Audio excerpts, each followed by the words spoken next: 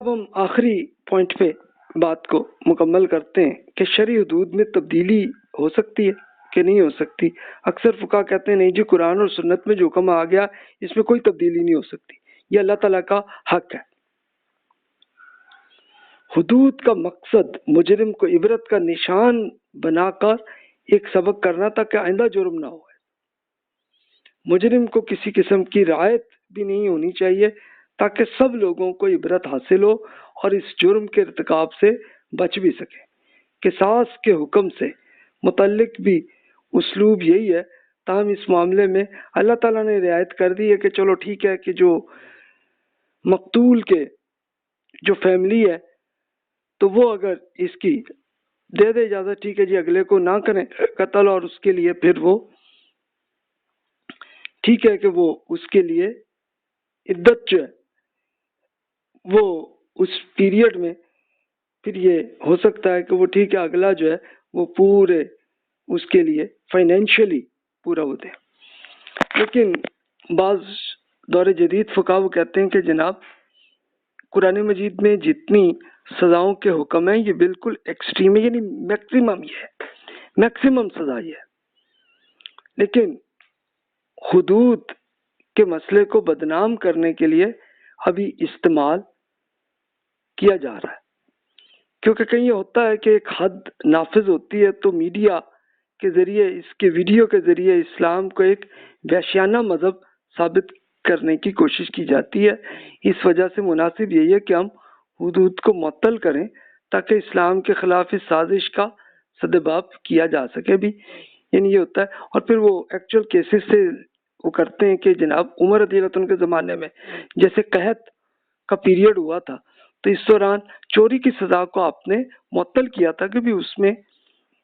نہیں کیے، ان کے ہاتھ نہیں کٹے گئے، کہ اگر اس طرح کے سینیریو اور اس طرح کے معاملات آتے ہیں تو پھر وہ اسکالر کہتے ہیں کہ جناب اس بیسس پہ پھر یہ معطل کر سکتے ہیں ان سزاؤں کو۔ اچھا، پھر وہ دلیل کچھ احادیث سے یہ کرتے ہیں، یہ جو اکثر فقہا وہ یہ پیش کرتے ہیں کیسز کہ جیسے صفوان بن امیہ رضی اللہ عنہ بیان کرتے ہیں کہ بھی وہ مسجد میں اپنی چادر کا تکیہ بنا کر سوئے ہوئے تھے تو ان کے سر کے نیچے سے اسے چادر کو کسی نے کھینچ لیا، تو صفوان رضی اللہ عنہ اٹھ گئے، انہوں نے دیکھا خیر چور کو پکڑ لیا اور رسول اللہ صلی اللہ علیہ وسلم پاس لائے تو آپ نے اسے ہاتھ کاٹنے کا حکم دیا۔ پھر تو صفوان نے عرض کیا یا رسول اللہ، میرا یہ ارادہ نہیں تھا، میں یہ چادر جو ہے اسے ایک صدقہ تو میں گفٹ میں دے دیتا ہوں۔ تو رسول اللہ صلی اللہ علیہ وسلم فرمایا بھی آپ نے میرے پاس لانے سے پہلے ایسا کیوں نہیں کیا آپ نے؟ یعنی اب ظاہر ہے کہ عدالت میں آیا معاملہ تو عدالت نے تو پھر ایکشن کرنا ہے نا معاملہ، تو اب آپ سوچ رہے ہیں کہ چلو یار میں اس کو گفٹ کر دیتا ہوں، آپ نہ دیں اس کو سزا، تو پھر اس کے لیے پھر یہی طریقہ تھا کہ آپ عدالت تک آتے ہی نا معاملے کو، تو اس لیے عدالت کو تو یہ ایکشن کرنا چاہیے۔ پھر دوسری دلیل یہ سید عائشہ رضی اللہ عنہ نے کیا کہ ایک بنو مخزوم کی ایک عورت، بنو مخزوم جو ایک بڑا ایک فیملی تھی، قریش مکہ مکرمہ کی ایک بڑی فیملی کہ جس کے بڑے بڑے سردار تھے، تو اس کی عورت نے چوری کی تھی، تو قریش اس میں بڑے پریشان ہوئے اور ایک قریشی خاتون کو جی سزا ہونے لگی، تو انہوں نے کہا کہ اس معاملے میں سوائے اسامہ بن زید رضی اللہ عنہ کو کہتے ہیں کہ جی آ کے رسول اللہ صلی اللہ علیہ وسلم سے بات کریں، کیونکہ وہ رسول اللہ صلی اللہ علیہ وسلم کے یہ پسندیدہ ہیں۔ اب یہ اسامہ بن زید رضی اللہ عنہ کون تھے کہ ان کے جو والد زید رضی اللہ عنہ تھے ان کو رسول اللہ صلی اللہ علیہ وسلم نے اپنا بیٹا قرار دیا تھا، ورنہ آپ کے غلام تھے لیکن ان کو آزاد کر کے اپنا بیٹا بنایا تھا، پھر ان کی شادی کی تھی تو ان کے بیٹے اسامہ پیدا ہوئے تھے جو اب وہ جوان کسی حد تک ہو گئے ہوں گے، لڑکے تھے اس وقت، تو رسول اللہ صلی اللہ علیہ وسلم کو ان کا یہ ٹیلنٹ بہت پسند تھا اور ان کو پسند کرتے تھے، تو اس لیے قریش کے لوگوں نے اسامہ رضی اللہ عنہ کو کہا کہ چلو جی یہ بات کریں گے تو رسول اللہ صلی اللہ علیہ وسلم مان جائیں گے۔ تو اسامہ نے جب بات کی تو آپ نے فرمایا کہ آپ اللہ کے حدود میں سے ایک حد کے بارے میں سفارش کر رہے ہیں آپ؟ اس میں اسامہ جو ڈر گئے کہ یار یہ میں سے غلطی ہوئی، میں یہ پوچھنے آیا۔ پھر رسول اللہ صلی اللہ علیہ وسلم کھڑے ہوئے اور پھر مسجد میں آپ نے ایک پورا ایک لیکچر آپ نے فرمایا کہ لوگوں، آپ سے پہلی قومیں اسی وجہ سے گمراہ ہوئی ہیں کہ اس میں ایک عزت دار شخص چوری کرتا تو اسے چھوڑ دیتے، اور کوئی کمزور شخص چوری کرتا تو اس پر سزا کو نافذ کرتے۔ اللہ کی قسم اگر فاطمہ بنت محمد بھی چوری کرتی تو محمد ان کا ہاتھ بھی کاٹ دیتا۔ تو یہ دیکھیے کہ رسول اللہ صلی اللہ علیہ وسلم نے اس کو بالکل ایکسٹریم لیول پہ اپنی بیٹی کے نام پہ بتا دیا کہ بھی اگر وہ بھی یہ کرتی تو میں یہ کرتا، کہ یہ اللہ کا حکم ہے اس لیے کرانا ہے۔ پھر وہ مزید کہتے ہیں کہ عمر رضی اللہ عنہ شریعت کو تبدیل نہیں کر سکتے تھے، یہ قحط کی جو حالت تھی تو اس میں لوگوں پہ چوری کی سزا اسی لیے نہیں دی کہ پورا قحط تھا اور بہت سارے بھوک تھی لوگوں میں، اور اس میں ایک شخص کو کہتے ہیں کہ وہ عادی چور ہو، یعنی چور اس کو ہی کہتے ہیں کہ جو عادی چور ہو، جو ہمیشہ چوری کرنے والا ہو۔ تو وہ ایسے نہیں تھے، شریف لوگ تھے، لیکن بالکل بھوک کی حالت میں کسی نے تھوڑا سا وہ اگلے سے کہ کوئی چیز پکڑ لی کھا لی تو اس پہ عمر رضی اللہ عنہ نے وہ سزا نہیں دی، لیکن جو ایک پکے چور ہوتے ہیں تو ان پہ تو سزا ہونی چاہیے۔ کسی قحط، زلزلہ یا جنگ یا کوئی ایسا ایک ڈیزاسٹر جیسی حالت ہوتی ہے، ایکسیپشن کا معاملہ۔ اس کے لیے پھر وہ ایک اسکالر نے تفصیل سے یہی ریسرچ کی ہے، تو وہ اس میں بیان کرتے ہیں کہ جناب انتہائی سزا کے قائلین جو فقہاء ہیں اس میں سے ایک اسکالر یہ بیان کرتے ہیں، وہ کہتے ہیں کہ جی دیکھیں قرآن مجید میں صفت کے صیغے کیا ہوتے ہیں کہ جیسے یہ دیکھیے السارق والسارقہ، الزانیۃ والزانی، یعنی اس کا مطلب کیا؟ سارق یعنی چور، سارقہ چور عورت، اسی طرح زانی بدکاری کرنے والا، اور زانیہ بدکاری کرنے والی، یعنی یہ وہ مراد ہے اس سے کہ جرم کی انتہائی سزا ہے کہ ایسے مجرم جسے جرم بالکل آخری صورت میں سرزد ہو جائے اور اپنے حالات کے لحاظ سے کوئی رعایت کے مستحق نہ ہو، تب جا کے یہ ہونی چاہیے۔ اور ایک سزا کی تحمل سے معذور مجبور جرم کے لیے ضروری ماحول، حالات اور حفاظت سے محروم سب لوگ اس سے یقیناً ایکسیپشن میں آ سکتے ہیں۔ پھر مزید وہ دلیل پیش کرتے ہیں، وہ کہتے ہیں کہ جی قطع ید یعنی وہ ہاتھ کاٹ کا جو سزا ہے مرد اور چور کا، تو اس کے لیے سارق اور سارقہ کے الفاظ ہیں، یعنی اس کا مطلب یہ کہ ایک پکا چور ہو، یہ مراد ہے۔ اسی طرح یعنی یہ نہیں کہ مثال کے طور پر ایک اپنے باپ یا اپنے شوہر کے پاس سے کوئی خاتون اگر چند روپے وہاں سے نکال لے، یا اگر ایک لڑکا کہیں سے جاتے جاتے باغ سے کوئی ایک تھوڑا سا پھل وہاں سے کاٹ کے وہ کھا لے، تو بھی اس پہ کوئی پکا چور نہیں اسے کہہ سکتے۔ یعنی چور ایک وہ ہوگا کہ باقاعدہ اس کے لیے چوری کی پلاننگ کے ساتھ پورا کر رہا ہو، تو یہ مراد ہے، تو ان کا یہ کہنا ہے۔ ہاں یہ ٹھیک ہے کہ ناشائستہ حرکت ہے، اس کی تادیب و تنبیہ، یعنی تادیب و تنبیہ کا مطلب کہ اگلے کو وارننگ بھی کریں، کچھ کر رہے ہیں، چھوٹی موٹی سزا بھی دینی ہو تو کر لیں، لیکن یہ جو بالکل ہاتھ کاٹنے والی ہے یہ وہ اس چور پہ ہے کہ جو ایک پرماننٹ قسم کا چور ہو، اس کے لیے سزا کا حکم ہے۔ پھر اس کے لیے وہ یہ دلیل پیش کرتے ہیں سورۃ النور اور سورۃ النساء کی آیات سے، تو وہاں سے دیکھتے ہیں وَلَا تُكْرِهُ فَتَيَاتِكُمْ عَلَى الْبِغَاءِ إِنْ أَرَدْنَا تَحَصُّنًا لِتَبْتَغُوا عَرَضَ الْحَيَاةِ الدُّنْيَا وَمَن يُكْرِهُنَّ فَإِنَّ اللَّهَ مِن بَعْدِ إِكْرَاهِهِنَّ غَفُورٌ رَحِيمٌ۔ اپنی لونڈیوں کو دنیا کے مال کے لیے بدکاری پر مجبور نہ کرو، باوجود اس لیے کہ وہ پاکیزگی چاہتی ہیں، تو اس کے بعد جو کوئی بھی انہیں مجبور کرے گا تو اللہ اس جبر کے بعد غفور و رحیم ہے۔ یعنی یہ تھا کہ غلامی تھی تو غلام خواتین پہ وہ بدکاری جو کرتے تھے، تو اللہ تعالیٰ نے اس موقع پہ یہ فرمایا گیا کہ وہ پاکیزگی چاہتی ہیں تو اب اس کا جو آقا ہے وہ زبردستی اگلی سے کرا رہا ہے تو اللہ تعالیٰ پھر اس کو معاف کرنے والا معاملے کو۔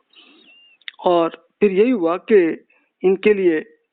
سورۃ النساء کے اندر تو یہ بھی انہی لونڈیوں کے لیے ایک تو حکم یہ دیا گیا کہ بھی ان کو ان کے گھروں تک ہی اب بند کر لیں، وہ جب چھوڑ دیں گی معاملات کو تو بات ختم، پھر ان پہ کوئی سزا نہیں، بس سزا یہی تھی کہ اپنے گھروں میں بس وہ بند رہیں تاکہ بدکاری نہ آئے۔ پھر مزید اس کے لیے سورۃ النساء میں اللہ تعالیٰ نے وہ پورے ماحول بنائے تاکہ غلامی ختم ہو۔ وَمَن لَّمْ يَسْتَطِعْ مِنكُمْ طَوْلًا أَن يَنكِحَ الْمُحْصَنَاتِ الْمُؤْمِنَاتِ فَمِمَّا مَلَكَتْ أَيْمَانُكُمْ مِنْ فَتَيَاتِكُمُ الْمُؤْمِنَاتِ وَاللَّهُ أَعْلَمُ بِإِيمَانِكُمْ بَعْضُكُم مِّن بَعْضٍ فَانكِحُوهُنَّ بِإِذْنِ أَهْلِهِنَّ وآتوهن أجورهن بالمعروف محصنات غير مصافحات ولا متخذات أخدان فإذا أحصن فإن آتينا بفاحشة فعليهن نصف ما على المحصنات من العذاب ذلك۔ آپ میں سے جو کوئی آزاد اور محفوظ مومن خواتین سے شادی کی استطاعت نہ رکھتا ہو تو وہ صاحب ایمان لونڈیوں سے شادی کر لیں۔ اللہ تعالیٰ آپ کے ایمان کو بہتر جاننے والا ہے، آپ ایک دوسرے کے ساتھی ہیں، ان سے ان کے مالکوں کی اجازت لے کر نکاح کر لیں اور انہیں حق مہر معروف طریقے سے یعنی معقول طریقے سے ادا کریں، انہیں حصار نکاح میں محفوظ رکھیں تاکہ وہ آزادانہ بدکاری یا چوری چھپے آشنائی نہ کرتی پھریں۔ پھر جب وہ حصار نکاح میں محفوظ ہو جائیں اور پھر کسی فحش کام کا ارتکاب کریں تو ان کی سزا آزاد محفوظ خواتین کی سزا سے نصف ہوگی۔ یعنی یہ اب دیکھیں کہ وہ جو رسول اللہ صلی اللہ علیہ وسلم کے زمانے میں غلام خواتین جو لونڈیاں تھیں ان کے لیے حکم ہوا کہ بھی آپ ان کی شادیاں کرائیں، شادیاں کریں، ان کے محفوظ طریقے میں رکھیں، ان کی ٹریننگ کر لیں، ان کو سمجھا دیں پورا، اور پھر بھی اگر بالفرض اگر پھر بھی کوئی بدکاری یا چوری چھپے کوئی آشنائی اگر کر لے تو اس کو سزا بھی عام خواتین کی سزا کی نسبت 50% کم ہوگی۔ یعنی اس کے لیے آپ ابھی سن ہی چکے ہیں کہ بدکاری کے کیس میں تو 100 کوڑے کی سزا تھی، لیکن جو غلام خواتین تھیں ان کی سزا 50 کوڑے وہ رکھے گئے۔ وہ اللہ تعالیٰ نے اسی لیے کیا کہ یہ چونکہ لونڈیاں یعنی اس زمانے میں یہ تھا کہ وہ جنگیں ہوتی رہتی تھیں تو اس میں وہ ایک قبیلہ دوسرے کی خواتین کو اغوا کر لیتے اور پھر ان کو اب وہ چھوٹی چھوٹی لڑکیاں اس میں ہوتی تھیں اور لڑکیوں کی پوری ٹریننگ بچپن سے ہی ان کی یہی کی ہوتی تھی کہ ایک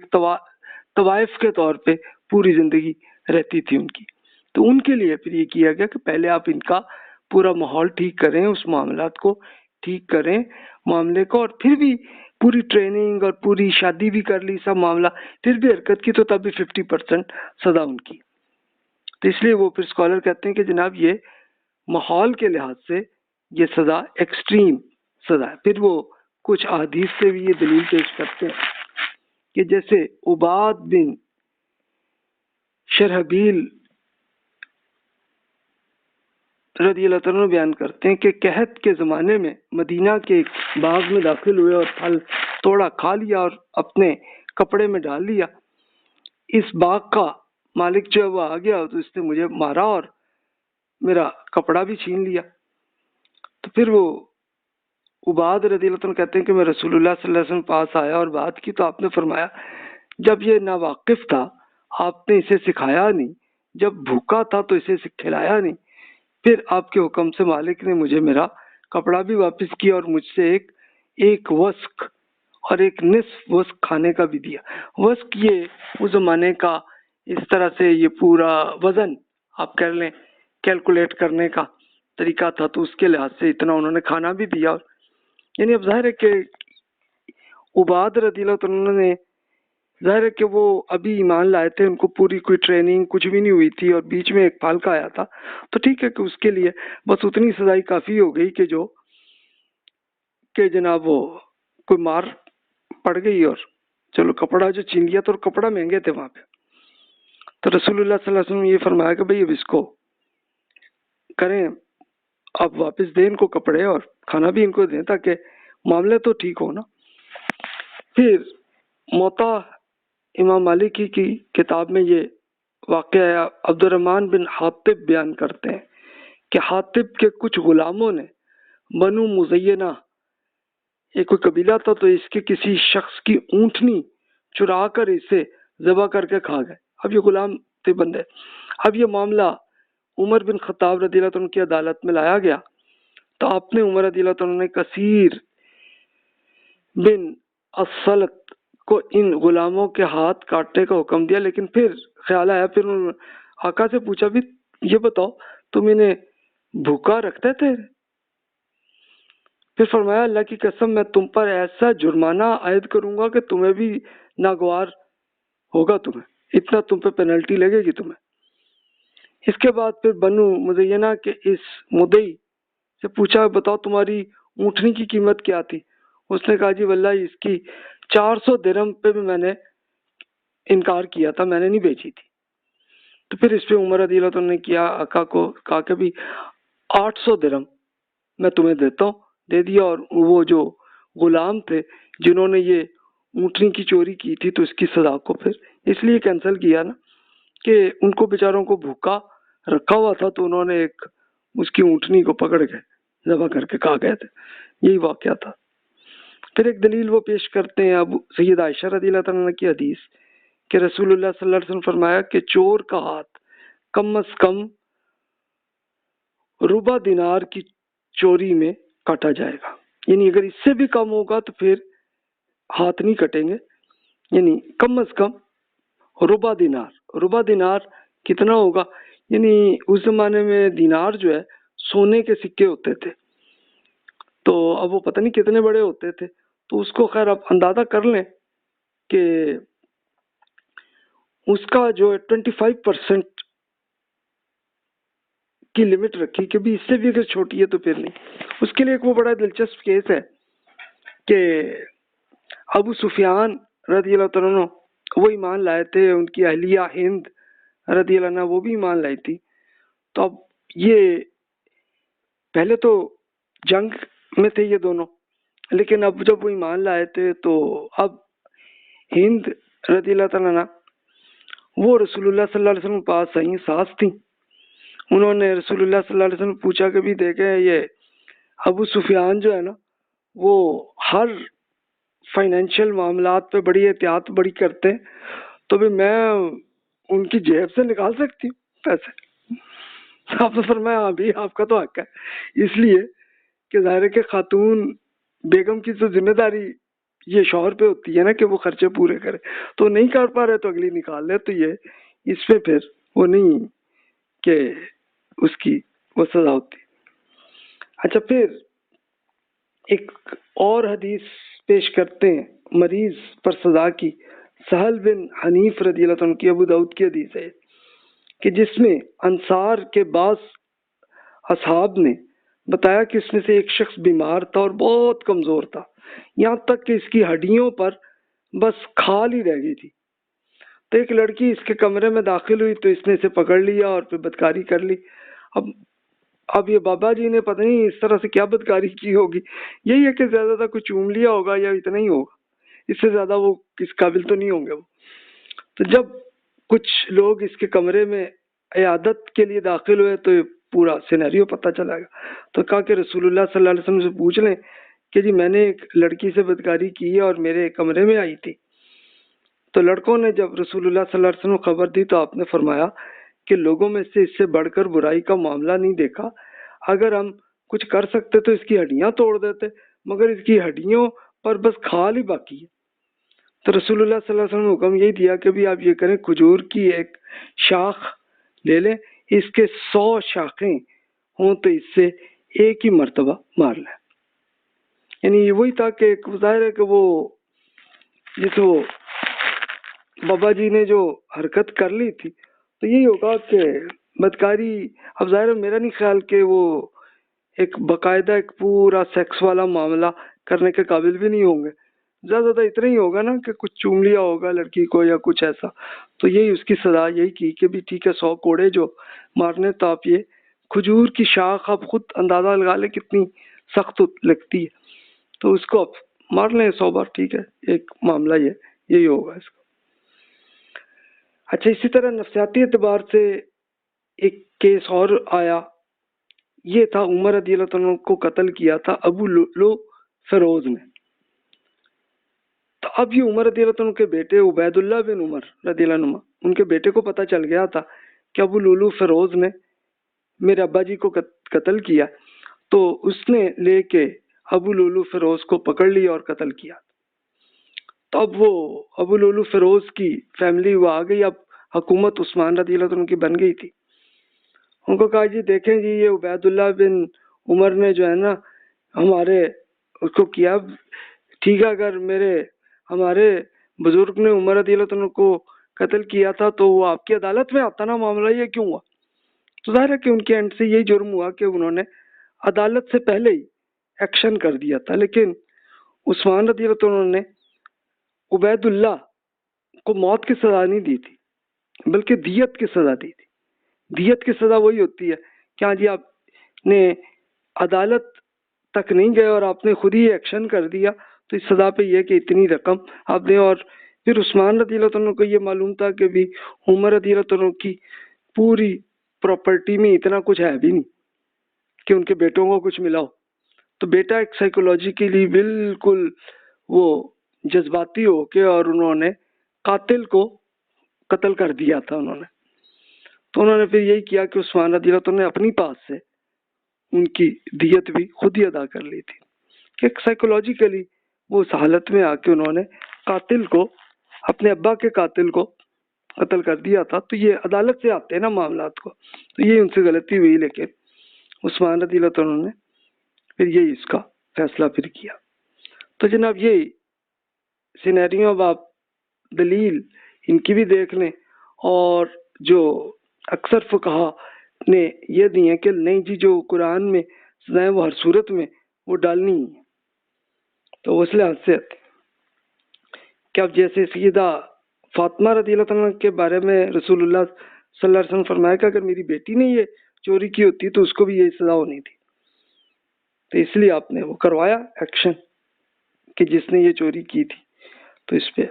تو بہرحال دونوں طرف کی دلائل آپ کے سامنے، فیصلہ آپ نے کرنا ہے۔ جو بھی کوشچنز آ رہے ہیں بلا تکلف ای میل کر لیجئے۔ جزاک اللہ خیر واحسن الجزا۔ اور اس لنک میں سے آپ کو یہ بکس بھی ساری مل جائیں گی کہ جس میں سے اسکالرس کی پوری دلیل، ان کی اپنی بکس وہ بھی مل جائیں گی، انہی کی بکس آپ جا کے پڑھ کے ان کی دلیل کو دیکھ سکتے ہیں۔ السلام علیکم ورحمۃ اللہ۔